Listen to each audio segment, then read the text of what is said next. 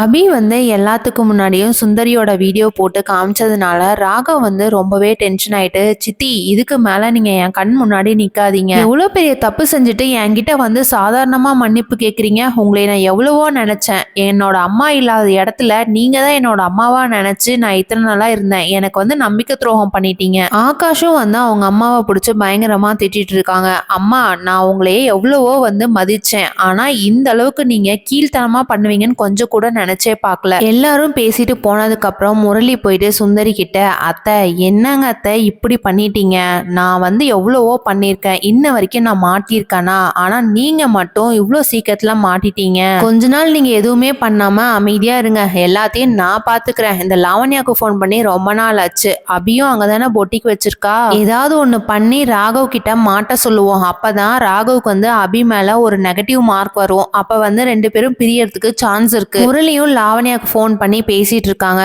லாவண்யாட்ட எல்லாத்தையுமே சொல்றாங்க. லாவண்யா ரொம்பவே டென்ஷன் ஆயிட்டு, இங்க பாருங்க நானே ஏற்கனவே பயங்கர டென்ஷன்ல இருக்கேன், இந்த ஆட் ஷூட்ல வேற அபியும் ராகவும் நடிக்க போறாங்களாமா. முரளியும் இதை கேட்டு ரொம்பவே டென்ஷன் ஆயிட்டு, இந்த அபி ஏன் இப்படி பண்றான்னு எனக்கு தெரியல, லாவண்யா எல்லாமே உங்க கையில தான் இருக்கு, நீங்க எப்படியாவது இந்த அபியை நடிக்க விடாம பாத்துக்கோங்க அப்படின்றாங்க. லாவண்யா என்ன பண்ண போறாங்கிறத வெயிட் பண்ணி பார்க்கலாம். தேங்க்யூ.